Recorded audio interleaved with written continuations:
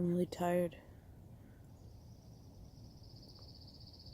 And I don't know why. I'm like afraid. I'm scared that I'm losing this thing that was like surging through my body when I was on that run. I was running and all these ideas for the book kept popping into my mind, and it was like I felt goosebumps all over my body about how many ideas came through, like when I'm going to be a professional rugby player, having people write all of their worst fears on their body and stand naked with their only with their bra and underwear on in front of a camera and have it be a movement and show everyone that use rugby as a way to show all these women and all these little girls to love their bodies. And all these ideas came to me, and I'm trying to write a book right now, and maybe that's the problem. Like, I'm trying. I needed to just let it happen. And maybe there's another weight on me right now. Like, I feel guilty and I feel crazy for being here. I feel guilty for not getting a job. I feel guilty for not flying back home. I'm scared. Everyone is around me thinks I'm crazy.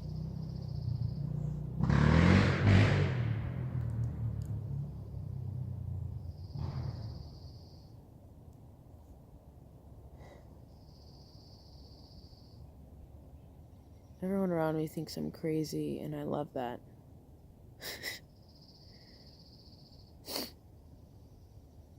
I just feel like I'm on this ride, and it's taking me, and all of these,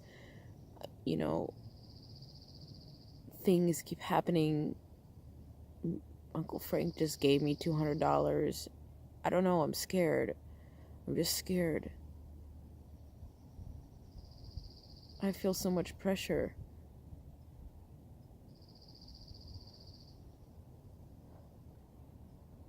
And it's my ego putting pressure on me. I feel crazy right now. And I love that.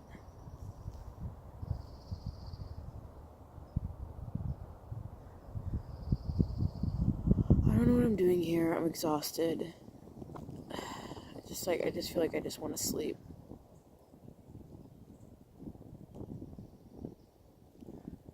I don't know what I'm doing. I have no idea this is the right thing to do.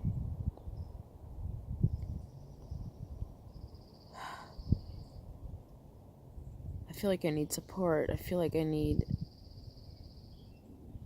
this safe environment that I felt in this, Lily. I was talking to Lily and I felt like she scolded me, I called her and it just made me feel like she was just saying, you need to think about your future, and you need to think of, like, there is no future though. And I feel like I felt like she was giving me the scolding that my mom couldn't, and my mom called me and I can feel like she wants to say something, but she's not saying it. She's like scared to tell me what she really feels, and she's like all these long pauses talking about random things that don't matter on the phone. It's like she just wants to keep talking to me about I don't know what. And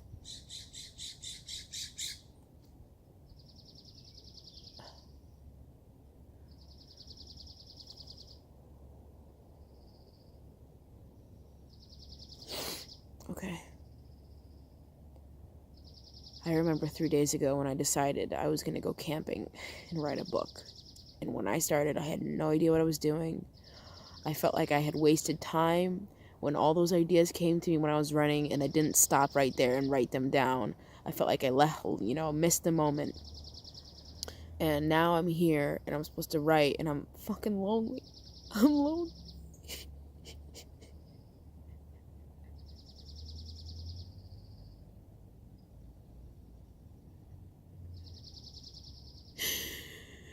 There's no one here.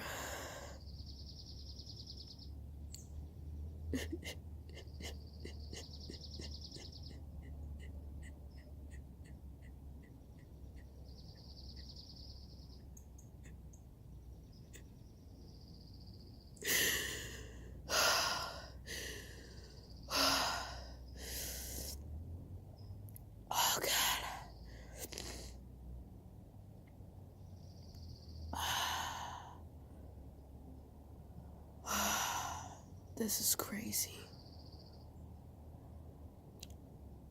I should fly home. I mean, I should fly home.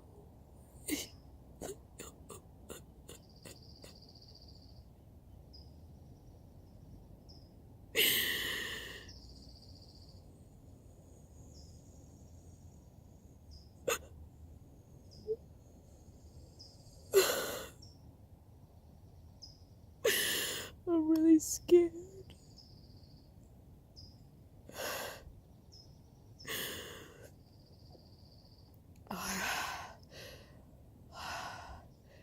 Fuck.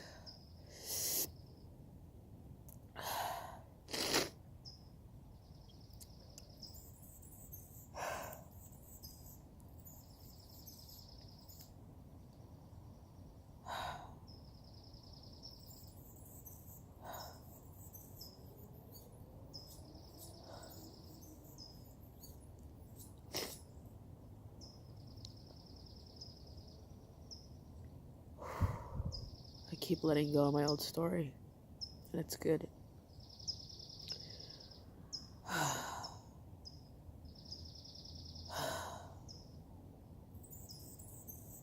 Of this person that I thought I was. My mentor called me today when I was working on with real estate, and I had to confront her and tell her, you know,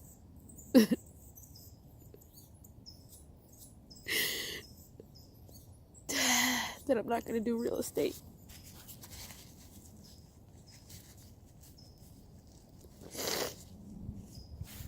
And that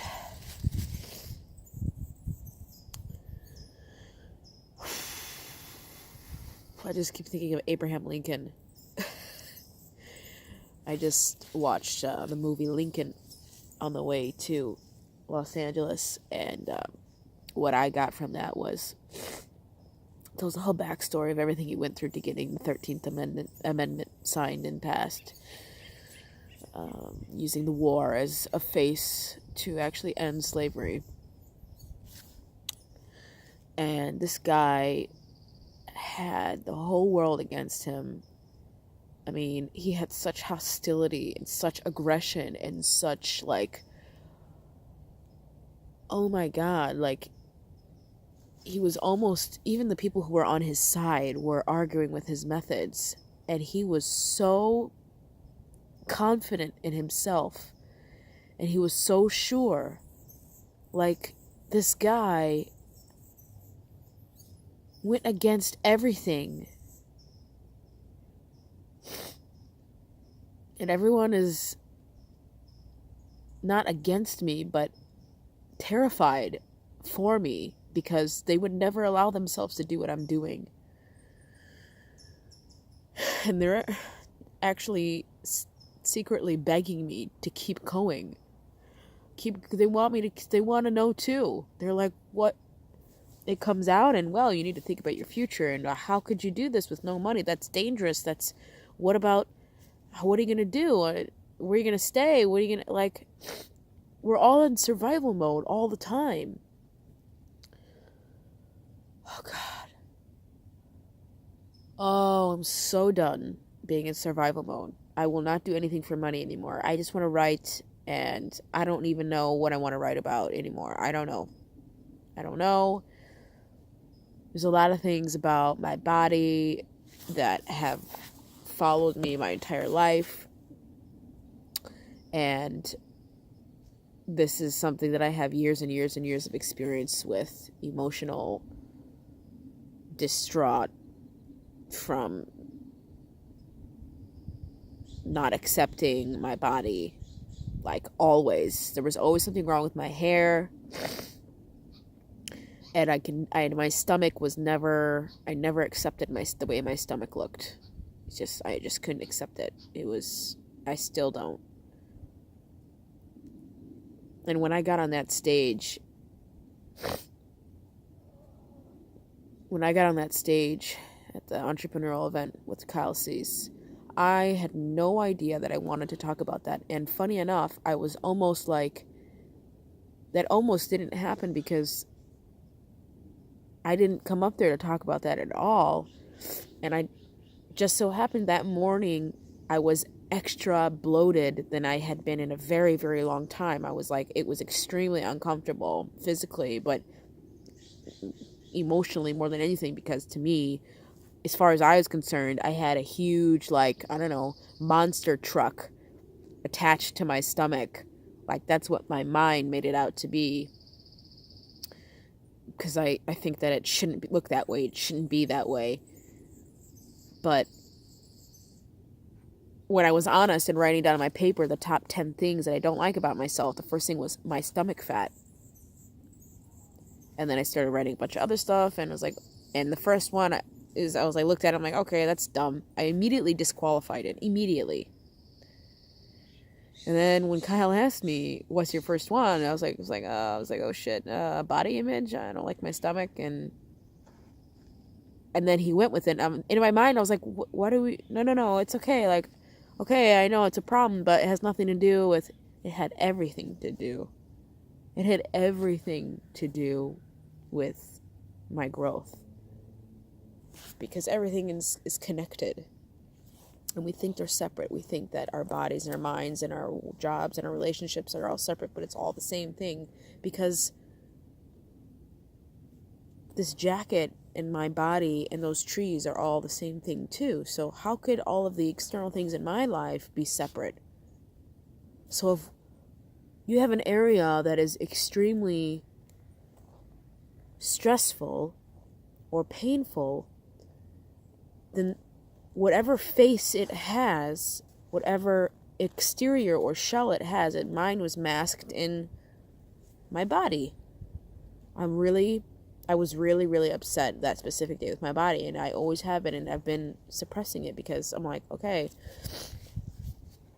And the universe wanted that to happen because he invited someone on stage, and for some reason, I said the sentence, she said she had issues with her body, and she thinks, and what came out of me was, well, your body's perfect because everything inside of you is perfect, so your body's perfect too. And then I just kept looking her in the eyes, and then I started to sob uncontrollably. And in my mind, I was judging myself like, oh my God, get a hold of yourself. Like, this is embarrassing. I can't believe you're like about to have a panic attack in front of 50 people and cameras. Like, what? And I just heard Kyle say, breathe. And I kept sobbing, and I kept sobbing, and I kept sobbing. And I had to close my eyes, and I just felt slowly but surely like I was dying. Like I felt like I was cornered. Oh my God, there's this beautiful blue bird. That's the most beautiful bird I've ever seen in my fucking life. Holy shit. Sorry. And I felt like I could feel the cells in my blood. And I felt a pulsing, like, illuminating feeling in my head, in my shoulders, in my arms, in my legs, and I felt 50 people's breathing and the silence that was there and the unification that was there in that moment. And then I started to get my breath back. And then I opened my eyes and I looked back at her, and she looked distraught or worried, and I looked at her for a second, and I smiled, and it was like the weight of the world left my shoulders. And there was a moment while I was sobbing that I had an image of my mother and my father,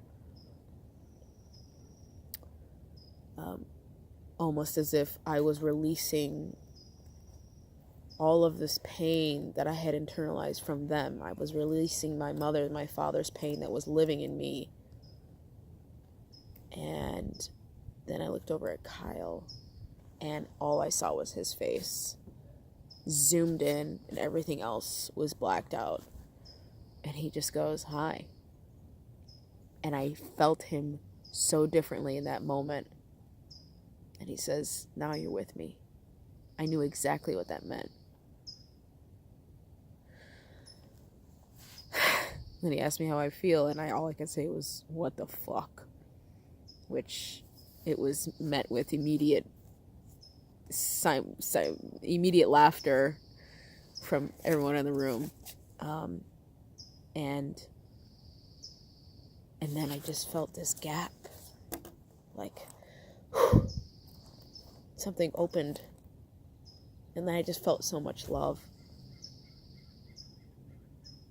I think that was the first time in my life that I felt unconditional love, because I let the pain in.